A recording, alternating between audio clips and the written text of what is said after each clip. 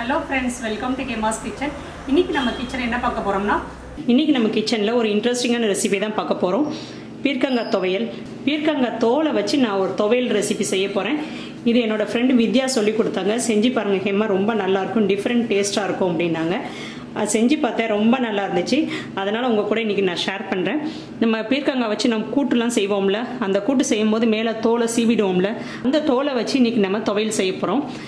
இந்த மாதிரி சீவி எடுத்துக்கோங்க. இது கூட இன்னொன்று சேர்க்க போகிறோம், கேரட்டோட தோல். கேரட் வந்து பொரியல் செய்யும் போது இந்த மாதிரி சீவி எடுப்போம்ல, அந்த தோலை வந்து இது கூட சேர்த்து செஞ்சீங்கன்னா ரொம்ப நல்லா இருக்கும்னு சொன்னாங்க. நிஜமாலுமே ரொம்ப நல்லா இருந்துச்சு. மறக்காம தோலை நல்லா கழுவிக்கோங்க, கழுவிட்டு சேர்த்துக்கோங்க. ஏன்னா நிறைய கெமிக்கல்ஸ் யூஸ் பண்ணுறாங்க. கழுவிட்டு இந்த மாதிரி நல்லா சீவி எடுத்துக்கோங்க நைஸாக. இது ஒரு கப் எடுத்துருக்கிறேன், இது ஒரு கப் எடுத்துருக்கிறேன். இது கூட 6 மிளகாய் வத்தல், ஒரு கரண்டி உளுந்து, இந்த கரண்டியில் ஒரு கரண்டி உளுந்து எடுத்துருக்கிறேன். பெருங்காயம், புளி, இந்த அளவுக்கு புளி எடுத்துருக்கிறேன்.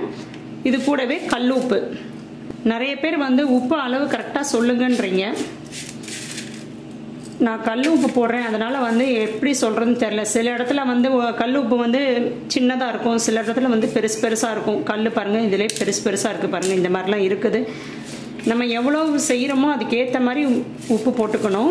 நிறைய பொண்ணுங்க வந்துட்டு கமெண்ட்ஸ் பண்ணுறீங்க, நாங்கள் இப்போ தான் கல்யாணம் ஆனவங்க, எங்களுக்கு தெரியலை அப்படின்றீங்க. இதில் ஒரு 1/2 ஸ்பூன் இருக்குது. டேபிள் சால்ட்னா இதை விட நீங்கள் கொஞ்சம் கம்மி பண்ணிக்கலாம். எனக்கு கண் அளவு தான், கை அளவு தான். டேஸ்ட் பார்த்துக்கோங்க, கம்மியாக போட்டுக்கோங்க. பத்தலைன்னா அதுக்கப்புறம் நீங்கள் சேர்த்துக்கோங்க, கரெக்டாக இருக்கும். இப்போ நம்ம வந்து துவையல் செய்யலாம். 1 ஸ்பூன் எண்ணெய் ஊற்றிக்கோங்க. இதில் இந்த பீர்க்கங்காய் தோலை சேர்த்துக்கலாம். நான் 1/2 பீர்க்கங்காய் தோல் தான் சேர்த்துருக்குறேன். தோலை நல்லா வதக்கிக்கோங்க ஃபஸ்ட்டு. இது கூடவே இப்போ கேரட் தோலையும் சேர்த்துக்கோங்க. இப்போ நல்லா வதக்கியாச்சு பாருங்கள், ஃபஸ்ட்டு எவ்வளோ இருந்தது. இந்த மாதிரி நல்லா வதக்கிக்கோங்க. இப்போ இதை ஒரு தட்டில் எடுத்து வச்சிடலாம். இன்னொரு ஸ்பூன் எண்ணெய் ஊற்றிக்கிறேன். இதில் அந்த உளுந்து கலர் மாதிரி நல்லா ப்ரௌன் கலரில் வரணும், அது வரைக்கும் வறுத்துக்கோங்க.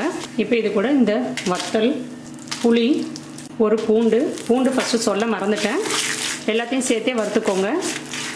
இப்போ இது ஆறட்டும். ஆறுனதுக்கப்புறம் நான் மிக்சியில் போட்டு அரைக்கலாம். ஃபஸ்ட்டு இது தோலை மட்டும் போட்டு அரைச்சிக்கிறேன். இப்போ இந்த உளுந்து, வத்தல், பூண்டு எல்லாத்தையும் சேர்த்துக்கோங்க. உப்பு.